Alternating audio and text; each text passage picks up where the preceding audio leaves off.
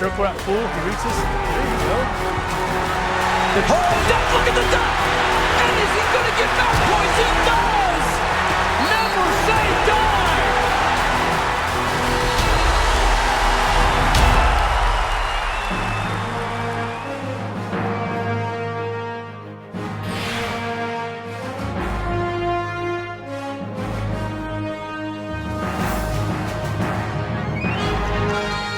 The whistle blows and I just explode into him as hard as I can. I knew as soon as his knees were down, I had the point. To realize that dream after that many years was an unbelievable feeling. It just gives me goosebumps thinking about it right now. I had to fight that voice that said, throw in the towel, give up. You're not going to be able to do it. You're not going to win this championship. I had to fight through that and look at my objective, which was to be the national champion. It's about growing as an athlete and learning more about yourself and, constantly looking for the next opportunity to get out there and perform. Through adversity, our character is built up. And the beautiful thing is about the sport of wrestling is that it forces us, to be in adverse situations all the time. Not only survive those situations, but succeed, and excel and move beyond those, onto new challenges. For the sport of wrestling, to be an Olympic champion, that is the Everest. That's the highest thing that you can attain. When I'm 50 or 60 years old, I'm still Olympic champion.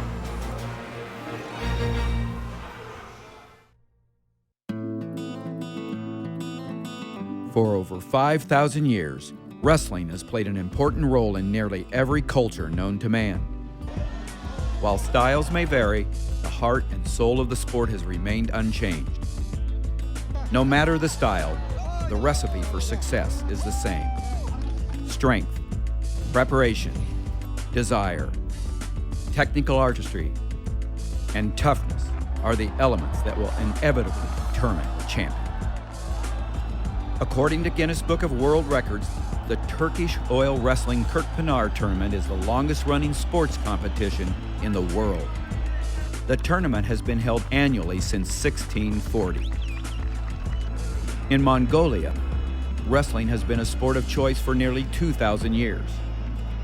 Encouraged by Genghis Khan to develop strength, endurance, and fighting skills in his troops, the traditional rituals performed at the matches have remained virtually unchanged for centuries.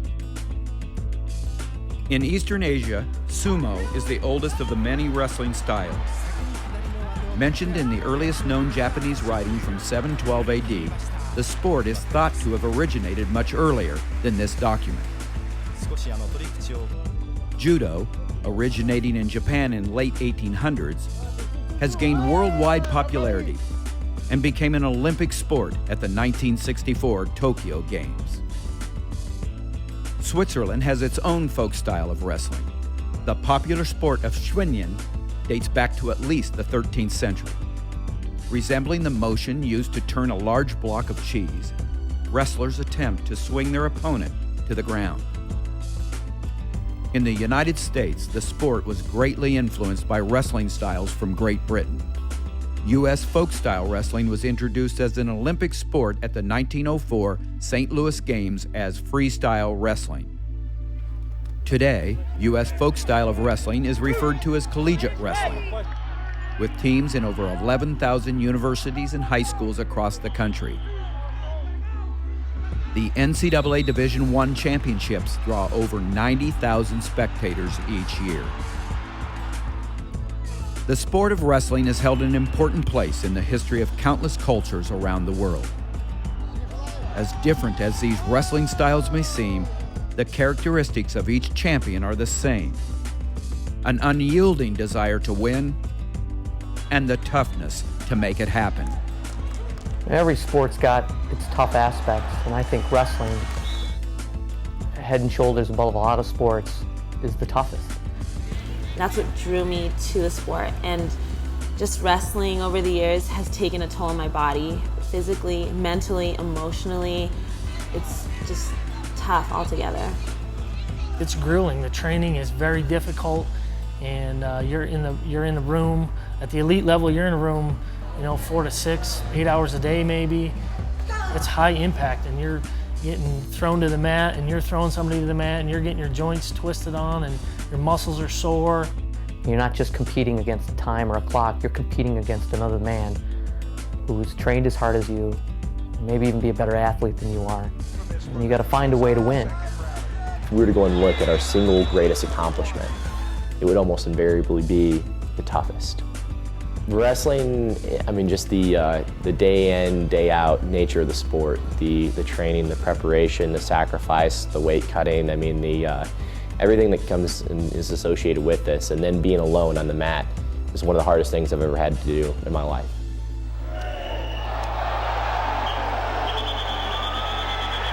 Wrestling is a brutal, ferocious, physically taxing, mentally taxing, emotionally taxing sport, and there's no way around it.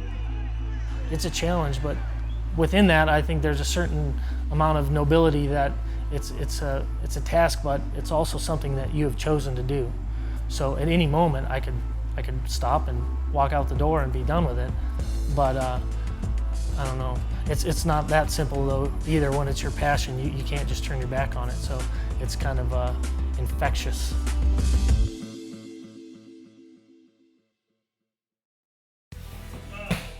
In recent years, the relatively young combat sport of mixed martial arts has exploded onto the scene.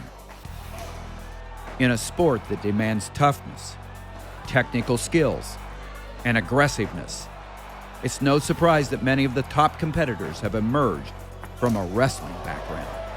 Wrestling has helped me tremendously in mixed martial arts.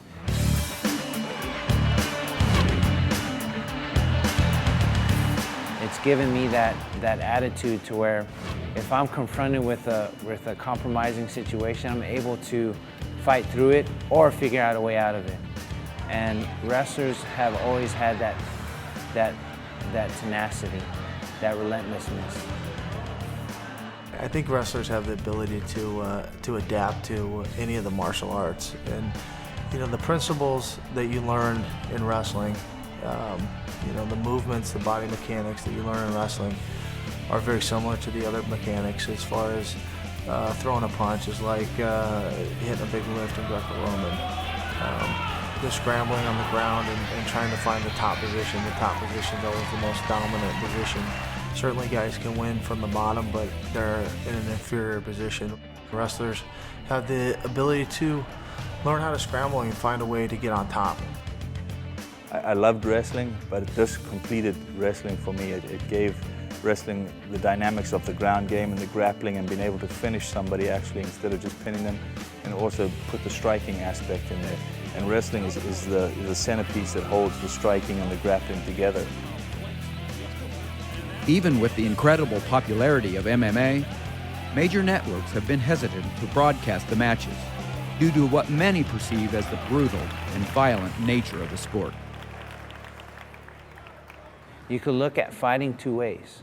Fighting as, as brutal, carnal, and two guys going in there like trying to beat each other up. But you can also see it as an art. For me, it's beautiful. It's like poetry. Every fight, I look at it as a gift to be able to go out there, test myself, and make a living for my family. And I never get psyched up. I never get mad at the guy. I don't hate anybody. There's nobody I want to fight because I got a bone with them. It's just, I do it for myself, not for any other reason. Fighting, I'm not much of a fighter. I didn't fight that many times, and the only times that I did fight in high school was the times where I had to defend myself.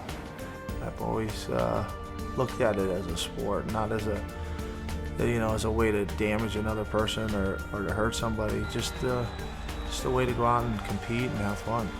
Just like wrestling and fighting, it's two guys fighting each other. You know what I mean? And when you lose a game of basketball or a game of pool or tennis or something, you walk away and you lost the game. But when you lose against another man one-on-one, it takes something from you. You know, I mean, you feel like a guy just got the better of you, and this guy just bested you.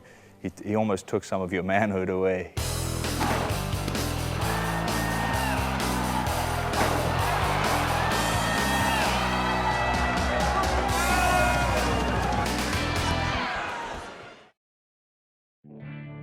In the world of wrestling, no matter how promising the career, adversity will come. Adversity in wrestling comes so often because every time you lose is a point to either grow from it or let it break you down. Sometimes we're only thankful for the good stuff. We're not thankful for the trials. We're not thankful for, you know, the hard things that we have to go through. But without the hard stuff, we don't grow. Adversity is something that we are all going to encounter. Whether you're an athlete or not, or a piano player or not, I think it's part of life. You always have two choices, I believe. They can be good excuses for why you didn't achieve or didn't realize your dreams or goals, or they can be part of your story, your amazing story, which every person of high achievement, whether it's an Olympic champion, world champion, an amazing musician, an incredible business person, they've all had hurdles in their way, and they've realized their dreams and goals in spite of those. Ultimately, the wrestler's success is based solely on his response to these times. It's in the semifinals of the Olympic Games. At the end of regulation, the score's tied 3-3. Here I am in the semifinals of the World Championships. And so the next takedown is going to win this match. There's a minute left in the match, and I'm pushing them all over the mat. For years, I'd always visualized myself winning that next takedown. He went for a lift. I went to float it. I stuck out my arm, and my shoulder dislocated. My arm snapped off my body. For whatever reason, I came up short that day and lost in overtime, gave up the takedown. There was a part of me that wanted to shake my fist at God and say, what more could I have done? It's a huge disappointment because I was this close to winning the Olympic gold medal, which was an ultimate goal that I'd had my whole life. But it's not something that controls my life or embitters or entangles or holds me back from being a good father or being a good husband. Looking back on it now, I realize that I'm a stronger person because of it. As hard as it was for me to accept emotionally at the time, now looking back, I know it served its purpose. I became a better person because of it. For decades, Russian wrestlers have been a dominant force in international competition. Wrestlers like Olympic champion and five-time world champion Haji Marat Gatsalov, Arsen Fadzayev, two-time Olympic and six-time world champion, Larry Abilov, Olympic champion and five-time world champion, Markabek Kadatsev, two-time Olympic and five-time world champion, and Artur Timizov, two-time Olympic and two-time world champion. The common thread that links these champions is their birthplace, Ossetia, a small people group of less than 1 million in southern Russia. While these men have reached the pinnacle of their sport, the journey of another promising Ossetian wrestler, Valera Tadeev, took a very different direction. Мрак, мой смертный враг. Жить в мире с Богом не привыкну я никак. У меня была цель. I had a childhood goal to be like my uncle, my dad's younger brother, because he was a European champion. Little by little, this dream of mine began to come true. In 1970, in the city of Donetsk, Ukraine, I became the junior champion of the USSR. The winners were supposed to go to the World Championship outside the USSR, but in order to go to the foreign country, the selection process was very strict. A person not only had to be a strong wrestler, but also had to meet a certain moral standard of a model Soviet citizen. Several times I gave the proper documents for traveling abroad, and I was turned down every time for different reasons. It offended me deeply. I was mad at the system, at my coaches, and everything. I had friends at the time, kids who made trouble. I started to spend more time with those friends, and I lost my fanatic attitude toward wrestling. I tried my first cigarette with them, and then hash, and then stronger narcotics. By 1979, I began shooting up with heroin. My life turned into a nightmare. In the end, I was drug addict for 25 years. I had no hope at that time, and I had become emaciated.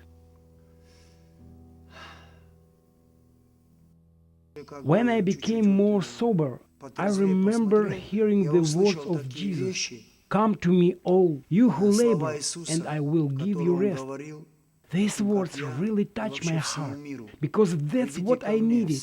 I needed peace in my spirit, because I was like a tightly pulled bowstring that could break at any moment. It is written in the Gospel that the kingdom of God's within us. Before you can save the world, you have to be saved yourself. So I repented and repeated these words, "Lord, if you really are there, and if you are the way these people have described you, if this is true, I'm tired. I can't keep going like this." What has happened in my life still amazes me. My lifestyle brought me to the verge of death, but God looked at me in a different way, through different eyes. Today, Valera shares his knowledge and experience with the next generation of wrestlers. Through his camps and coaching, he is committed to making a difference in the lives of others. The wrestlers I coach know not only moves, but also that I am a Christian.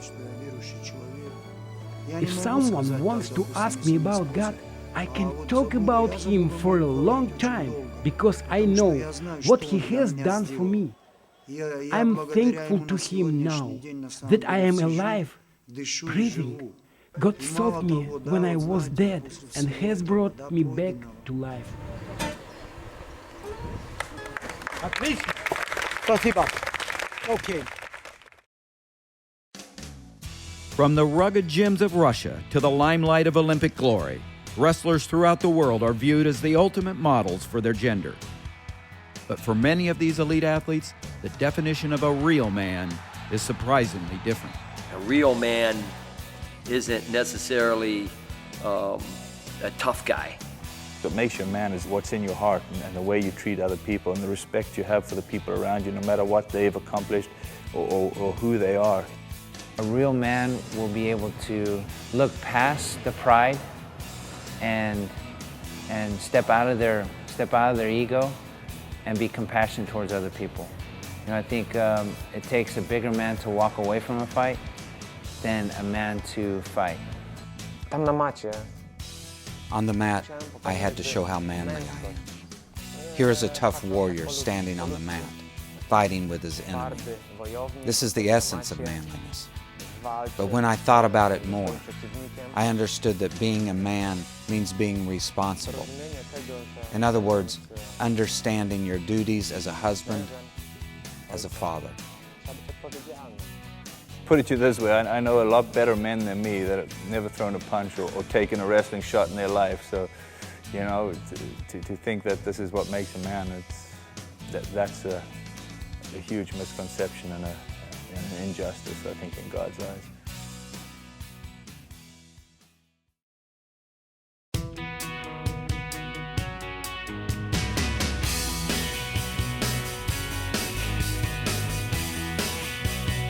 Coming back after my senior year, I won my 4th NCAA title.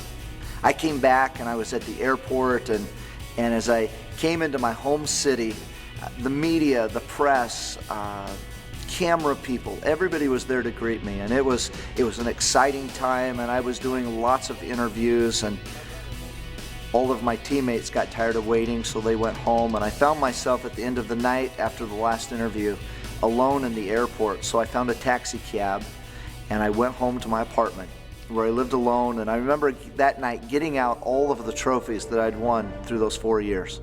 And I set them out on a counter, and as I set them out on the counter and looked at all of the accomplishments and all of the things that I had spent a lifetime dreaming about and preparing for, I began to cry. In fact, that night was one of the loneliest nights of my life, when I had accomplished everything that I had set out to accomplish, and it wasn't enough.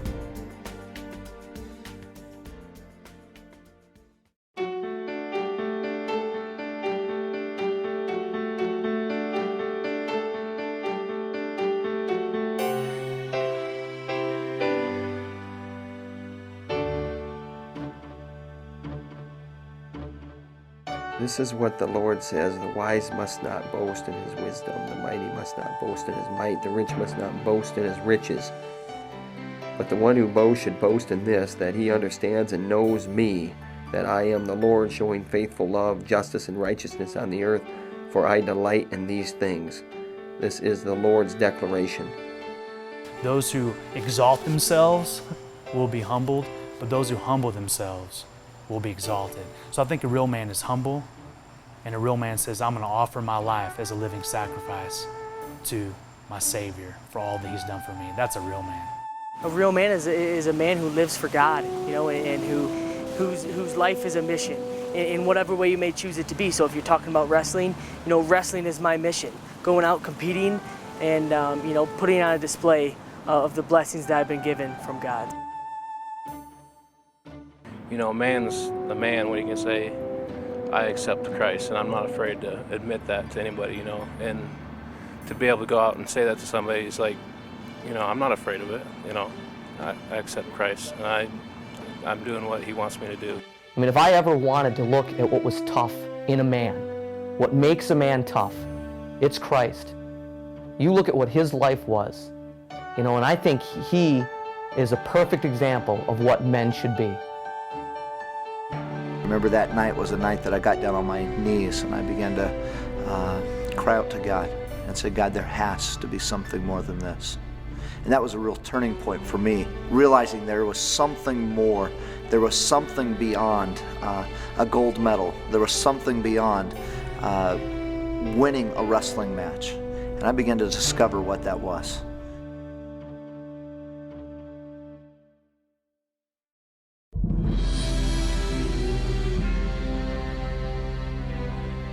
You know, we can't expect ourselves to accept Christ and then become perfect. You know, he knows that we are flawed and we will continue to be flawed, but he's sacrificed himself for us. Christian's not perfect. Christians are very imperfect. What we rely on is God's grace, God's mercy, God's loving kindness upon our life. And that's what we have. We have that hope. When I read the Bible, when I go through the scriptures, I'm encouraged all the time because God is always there for me. I know that God has a plan for my life, and I know that I don't know the plan. And that's very reassuring to me. It's a relief to know that he's in control and I can just trust him. And as long as I do that, I know that he'll give me the desires of my heart. So that's a load off my shoulders to know like he's taking care of me. I realize that there's a long way ahead of me. But when I look to God, I know that I won't be disappointed because he will help. You know, I have no fear and anxiety or anything about my life anymore. I know he's in control of it. Because of my weakness and the fact that I can rely on Jesus gives me all the strength that I'll ever need. I've always been inspired by the fact that everything I do can be for the glory of God. Always. The greatest treasure, the greatest gold medal, the greatest thing I have in my life is being a Christian and in believing that Jesus died on the cross and rose from the grave for my sins. Having that faith, that genuine faith inside of me is greater than any Olympic gold medal, world medal, state title, anything on the planet. And now I can live my life to glorify him in thanks for what he's done for me.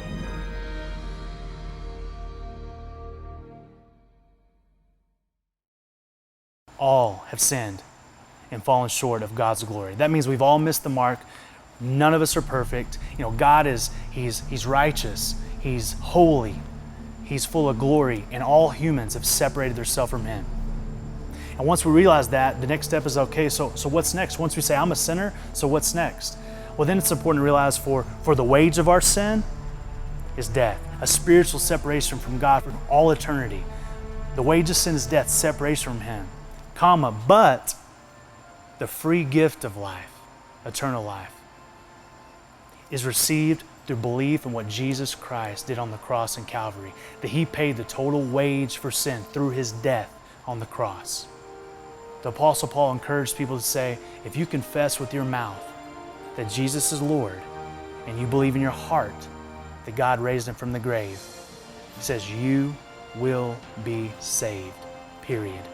But there's nothing else you can do. You can't earn your salvation. It's through genuine belief in what Christ did on the cross.